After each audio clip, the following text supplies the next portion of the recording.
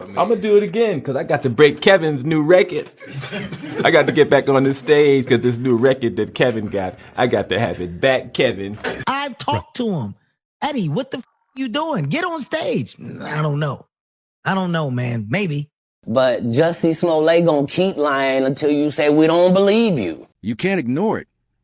Kevin Hart is everywhere in comedy.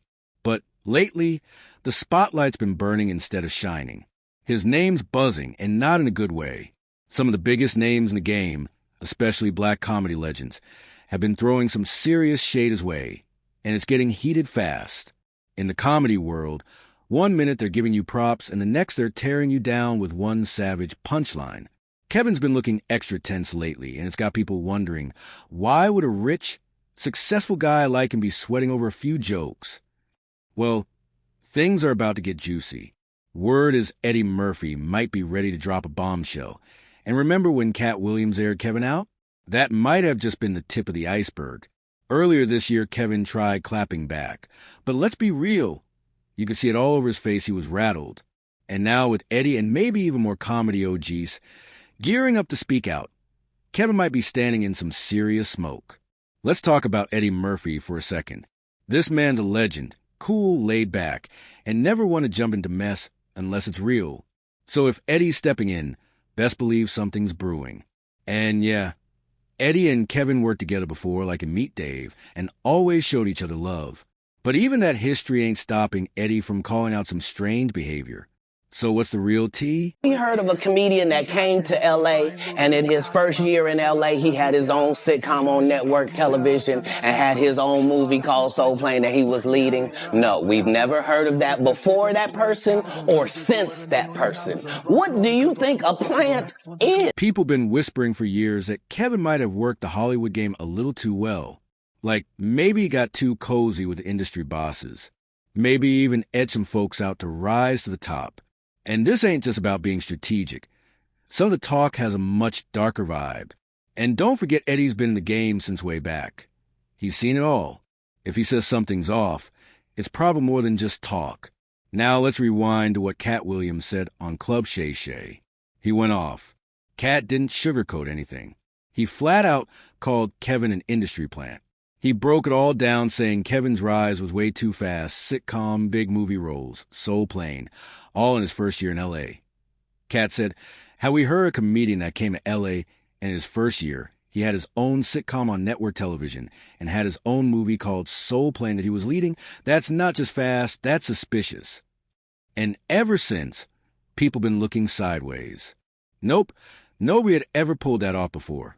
Not then, not now. Katt kept it at 100, saying, "What do you think a plan is? Maybe people don't even understand the meaning of the word." That line alone shook the whole room. And if you're wondering where this beef really started, here's the origin story. Back in 2008, there was this movie Fool's Gold. Katt was actually set to star in it, but he ran into some legal issues and had to back out. The film was shooting in Australia, and guess who swooped in to snatch the role? He already had his deals when he got here. Have we heard of a comedian that came to L.A. and in his first year in L.A. he had his own sitcom on network television and had his own movie called Soul Plane that he was leading? Kevin Hart. That's when the tension started boiling. And once Katt started speaking, he didn't stop. He wasn't just taking shots.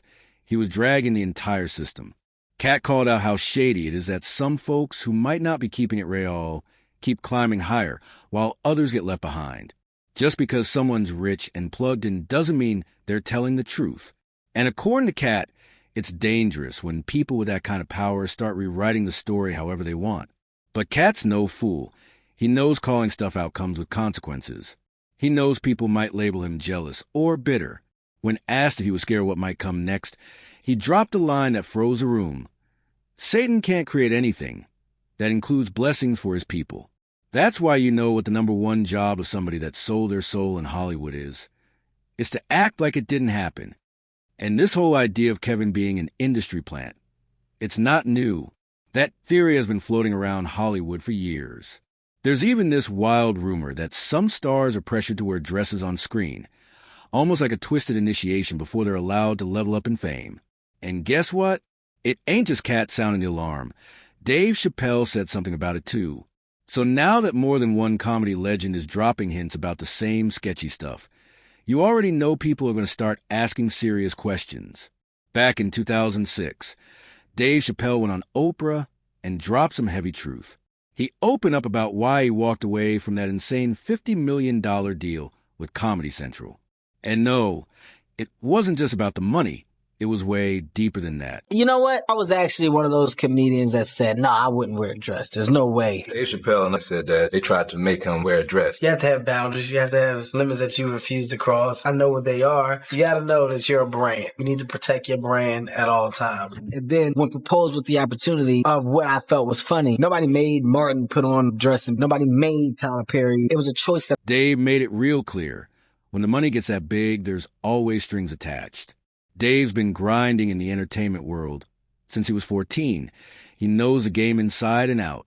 He talked about how stars like Mariah Carey signed massive deals and got labeled crazy right after, or how Martin Lawrence went from sitcom royalty to wielding in the streets with a gun yelling that people were out to get him. According to Dave, none of that's random. There's a pattern. When Oprah pressed him about it, Dave didn't sugarcoat anything. He said it always seems to happen right when someone's about to really level up. That's when the pressure hits hard. He said producers started pushing him to do skits that had people laughing at him, not with him, like they were trying to clown him for a check. But that wasn't even the wildest part. Dave told a story about filming a movie with Martin Lawrence. He walks into his trailer and boom, there's a dress waiting for him. At first he thought it was a mix-up, but nah, it was for a scene where Martin's character helps break him out of jail by dressing him up like a woman. Dave was like, nah, I'm not doing that. It came out of nowhere. They never even talked about it. But suddenly writers, producers, even the director were pushing him like it was some hilarious joke. When Kevin Hart broke your stand-up box office record. What record did he break? He said he broke some record of your box office sales for stand-up. I don't know. What did he break? Dave stood his ground. He told him straight up he doesn't need a dress to be funny. Then boom, they whip up a brand new scene on the spot. That's when it hit him. This wasn't about laughs. It was about control.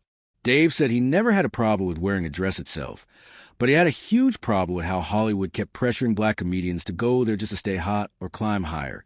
That one moment, it opened Dave's eyes for real. Being told to throw on a dress flipped a switch. He started connecting the dots, and once he saw the pattern, he couldn't unsee it. And it wasn't just happening to him. Look at the lineup. It's a long list. Martin Lawrence in Big Mama's House. Eddie Murphy rocking multiple dress-up roles in The Nutty Professor. Jamie Foxx had folks talking with that wild Wanda character on in living color. The Wayans brothers full glam in White Chicks. And that flop movie Juwanna Mann. Same playbook. But the king of this dress-wearing lane? Tyler Perry, no question. His Medea character built an entire empire. Now here's where it gets messy. Around that same time, Kevin Hart was on the rise, talking slick about self-respect and branding. He was all about setting boundaries and not selling out for cheap laughs. When asked if he'd ever wear a dress on screen, Kevin didn't hesitate.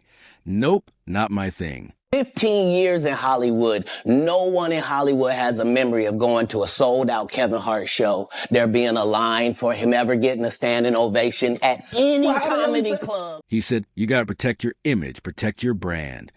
He even bragged about turning down a talk show skit where they asked him to dribble a basketball, saying it made him look goofy.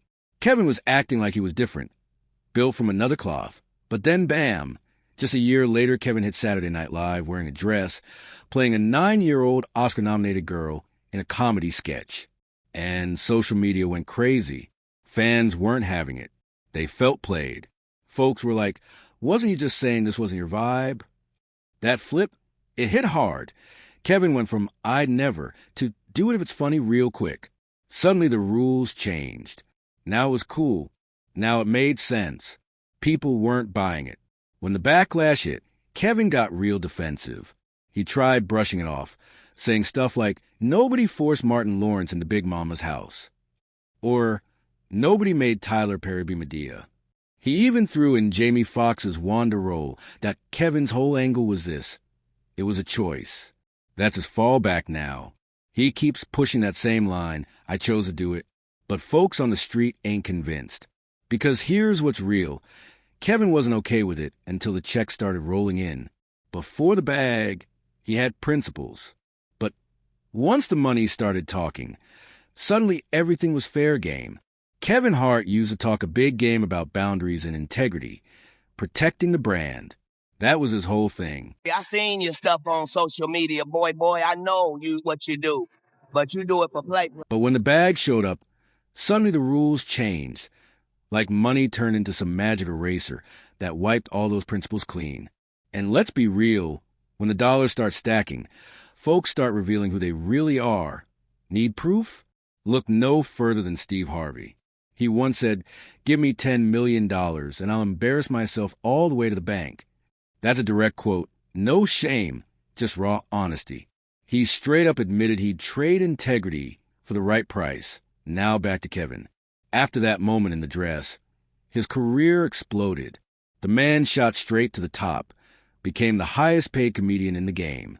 The spotlight got brighter, the checks got fatter, and folks started calling that sketch his golden ticket. Some said he sold his soul, but if success is the end goal, Kevin won. And yeah, he's still laughing all the way to the bank.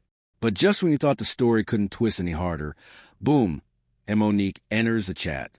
Word is Kevin ghosted her when she was in the firestorm of her life, facing heat from Hollywood heavyweights like Oprah Winfrey and Tyler Perry. She was catching it from every angle, and Kevin, silent, which hit different because once upon a time they were tight, like family tight. But while Monique was calling Oprah and Tyler out, Kevin started cozying up to them.